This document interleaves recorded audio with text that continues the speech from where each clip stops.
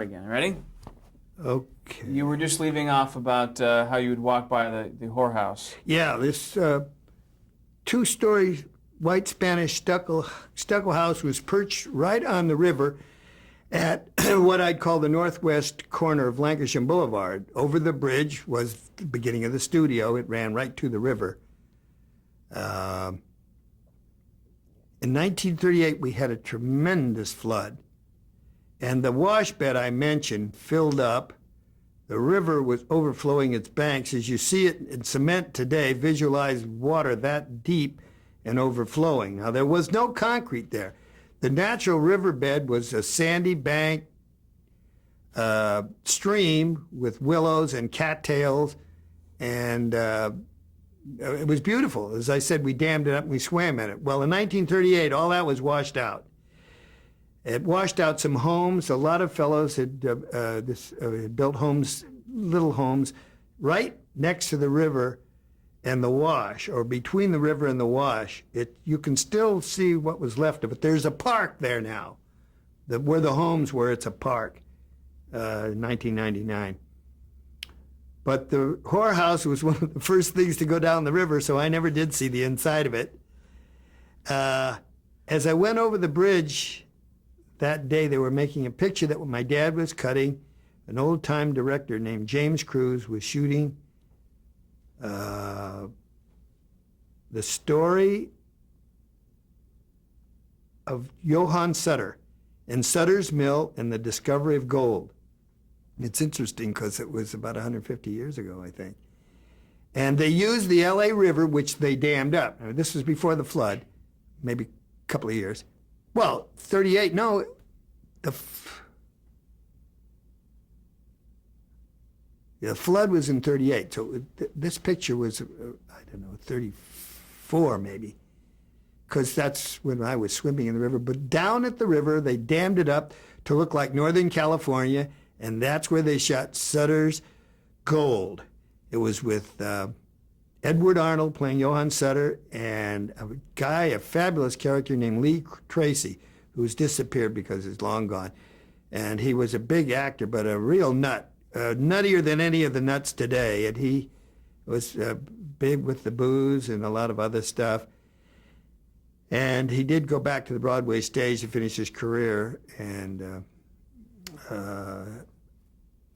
at that time, he played in the Sutter's Gold movie. He played newspaper man and Johann Sutter's pal.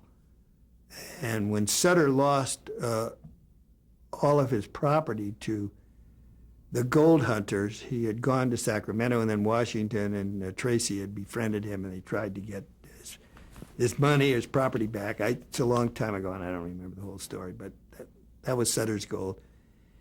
And I would be in and out of the studio, and you won't believe it, but now we're getting to something. When old man Laemmle, they called him Uncle Carl, came originally from Germany and got into movie exhibition in New York.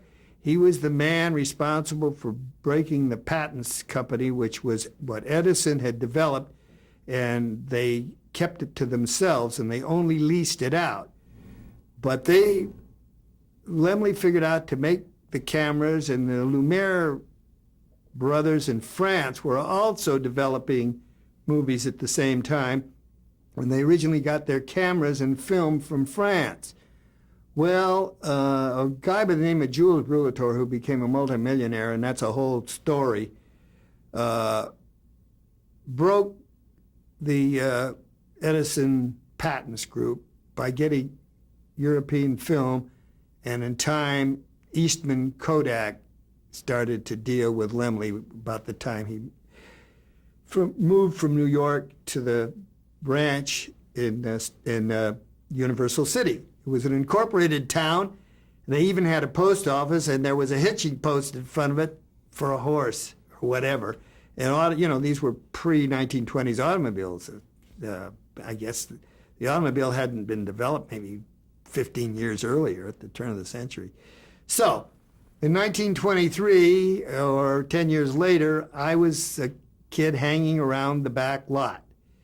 And believe it or not, they had a zoo there, And they had little houses where relatives coming from Europe were put up, and they actually lived where the park is now, Universal City Tour stuff. They actually lived in these little houses, and they sold eggs from the chickens in the commissary.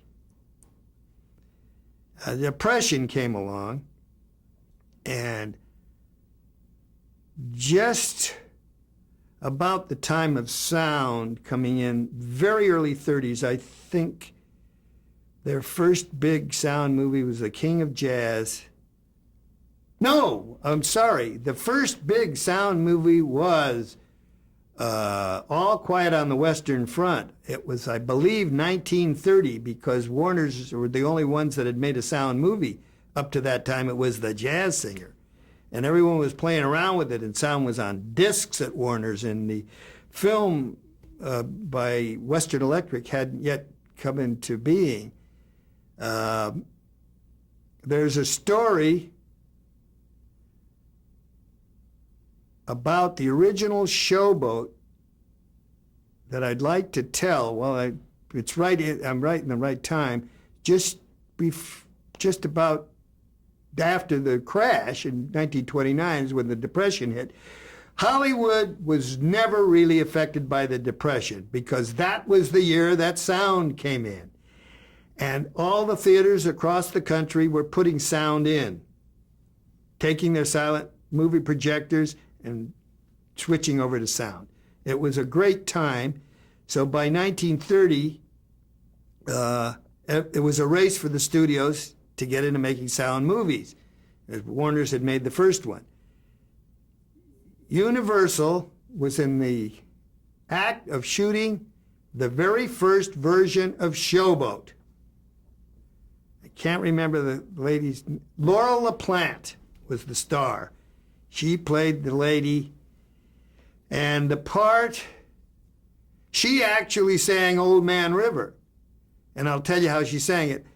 The guy who played the Paul Robeson part in the one that everyone remembers from the silent days, not the one with MGM, but the first sound movie was Irene Dunne and Alan Jones, made in the late 30s.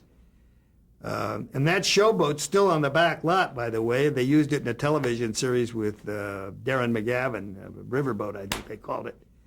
I shouldn't make that noise. Laura LaPlante and a fellow by the name of Joseph,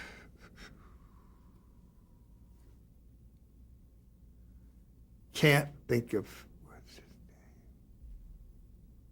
Joe. He was in the Emile Zola. He played the Jewish officer who was sent to Devil's Island. Joseph, I can't think of You'll think of it. Yeah, but Yeah. see, I block up on last names.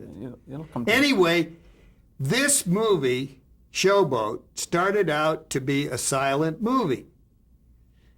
The guy who played the black chap on the river was Stephen Fetchit, who later became the kind of comic of many, many movies. He was a Yesa, Dosa, and a bane of the NAACP because they didn't want that image, of course. But he made and lost a fortune. He got the name Stephen Fetchit from a racehorse he was always betting on. His name was, I can't remember his real name, but Stephen Fetchit got his name from a racehorse. And he played the black guy on the river. I'm not trying to tell you the original story, but what's important is it started out to be a silent movie. And then they got the idea to have the music from Kern and Hammerstein, I think, did it. Rodgers and Hammerstein? Rodgers and Hammerstein, I think, did the original Broadway Showboat that Universal bought that early on.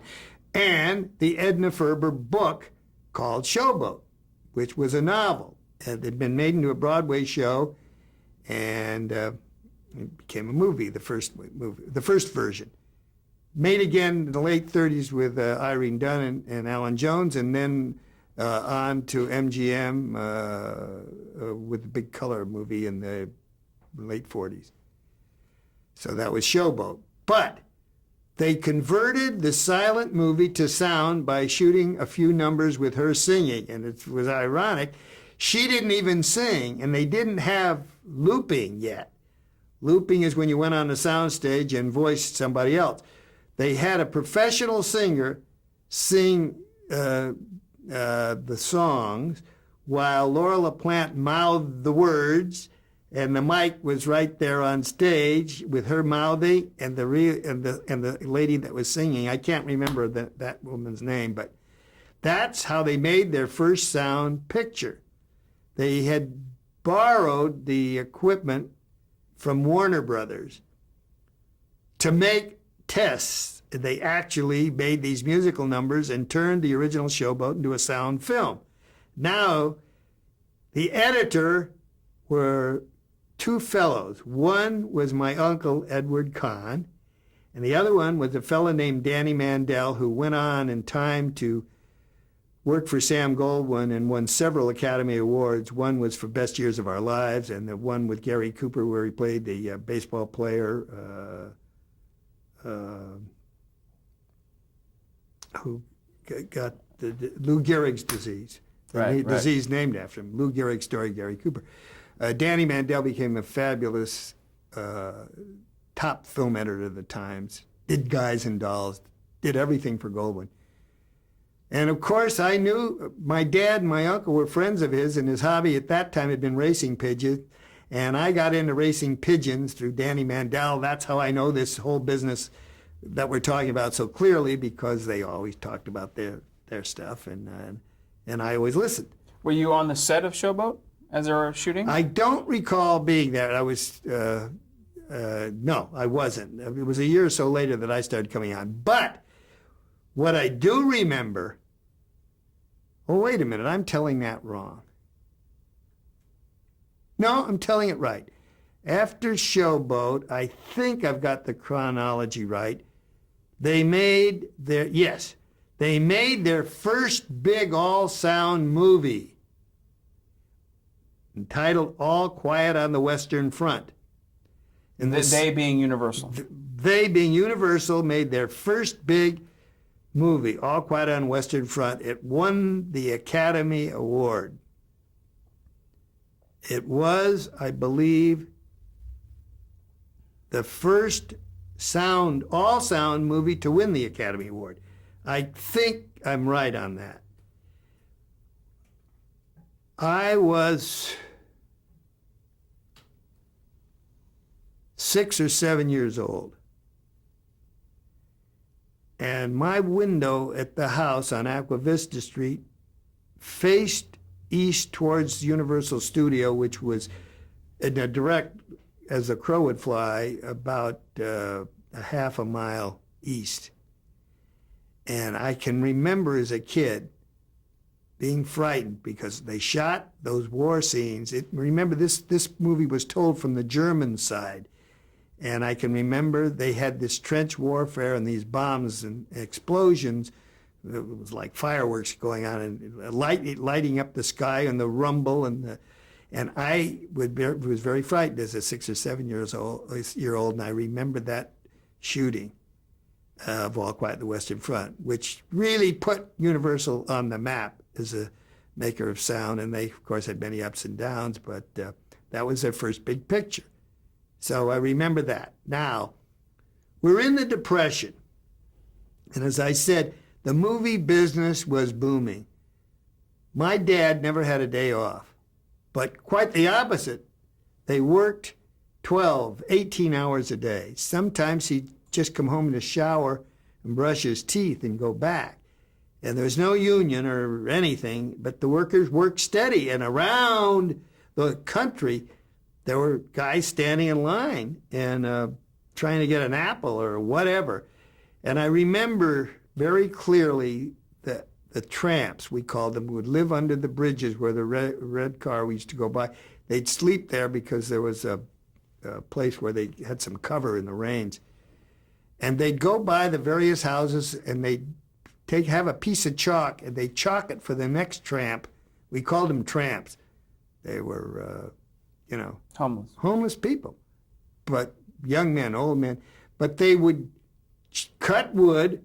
We all used fireplaces then, and they do chores for a lunch. I can remember a guy sitting on the back steps, my mother making him a lunch, and he was doing something, pruning tree. We had apricot trees all over the property, and peaches and fresh fruit. And everybody, family and friends, would come out from Hollywood, make a Sunday trek to the Cahn's ranch. They called it the ranch because it was 2 acres. 2 acres. Right now, the house is the only house standing. A guy named Mason built it. Remember my dad telling me it's the only house still standing in 1999 on that street that was built right after World War I. And Wow. all the rest are apartments now. And all the back property of the river is apartments. But the house still stands. Some lady fell in love with it. Still has our footprints in the cement in one part of the patio. Anyway, growing up in the Depression times, I went to the Rio Vista School.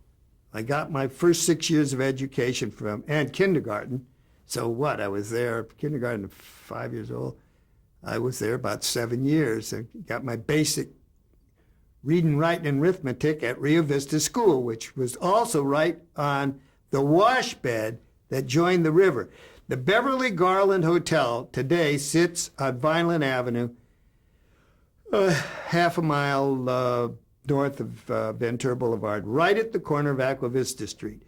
And it was a big walnut orchard, and it's where the wash and the river converged at Universal Studios. And I talked about the whorehouse on one side of the bridge and the studio on the other.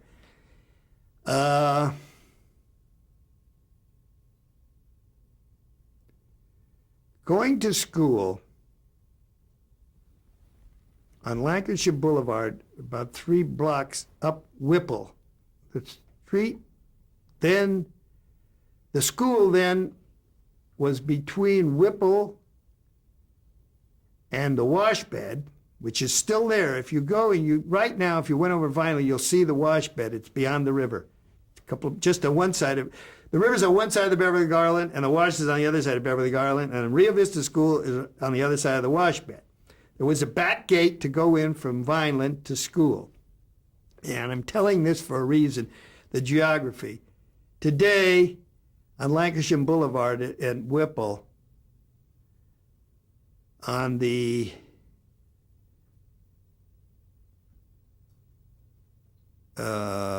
northwest corner of the street is a U-rental place today.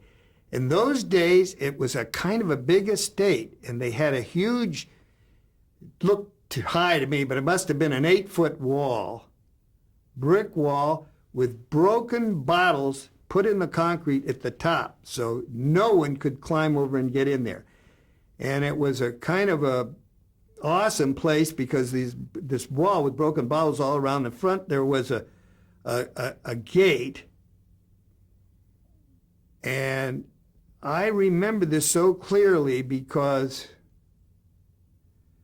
next to the gate was a small sign, not large, small sign, but it said, "No dogs or Jews."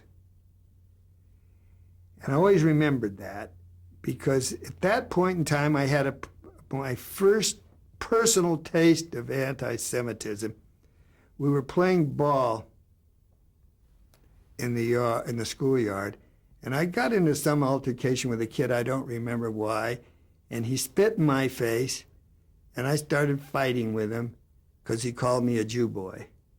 And these are little things. Now, I was, I don't know, probably 8 when that happened. But I mention this place because this was about the time that Germany saw the rise of Hitler, the book burning or whatever came first, the very, very beginnings of Hitler. And that revolution, they'd had their troubles after World War I, and you went around with a barrel full of money to buy a loaf of bread or whatever in Germany, and that's when Hitler came to power. Was that time, and I remembered this crazy place with the wall with the broken glass became a restaurant, and of course, then it was open to the public, and finally, I believe it was the anti-defamation. We finally got rid of that sign after, I think, a couple of times it was hurled at a window, but always put back, and it finally did disappear. But I always remembered that as being right by our school, a nest of pre-Nazis. So this is stuff I remember, and then of course there was Hitler's rise to power, and one of my best friends in that grammar school is still a friend of mine. Years later, right after World War II, I brought him in, a friend of mine named Eugene Marks, who became a top music editor at Warner Brothers. I brought him into Desilu and got him in the picture business, and he was the son of one of the refugees that lived on the back lot of Universal Studios. And I'm telling this whole thing, and I met him at Rio Vista School, found out he lived on the back lot, and we used to play on that riverboat set that's still there in 1999. In the early 30s, I'd go back, the cops knew me, and I'd go back and play with my friend Gene Marks on the riverboat on the back lot of Universal. And so you had access now to Universal. The cops knew me, so they always let Cahn kid in, and I'd go in. And then as I grew to be 10 or 12, I started hanging around the cutting rooms. And I guess that's where I first cut my teeth on film, because I'd watch the editors work. I knew them all by their first names, the whole bunch. Would you watch your uncle work? He was then a director. I mean, by then that was and what about you? After 32. My dad was an editor. And you watched I watched my dad work in the cutting room, and I'd learn how to. Well, I actually, by the time I was in my teens, I knew how to splice film. At that point, the machine to put film together was what they called a foot pedestal hot splicer. It had two pedals like your brake and clutch on an old car. And you took these blades up and you put the film in, and you brought it down with film cement, which splashed all over you, and it was a mess. Smelled kind of like fingernail polish, but it was much more potent. And then you had to use acetone, which is a very strong chemical to keep the machine clean, because the cement would clog it up. It was a kind of dirty job. And then the next chore... So, but wait, in order to do a splice, you would scratch the emulsion on both sides? You took a little razor blade tool, and you took the emulsion off the left side, and you brought the right side down and pasted it together, having shaved off the emulsion. And describe what emulsion is. Well, emulsion is the material on top of the celluloid with the film image. It had pure silver in it. We want to hear about the silver story? I'll tell you about that. That trips up another one. On the back lot near the river,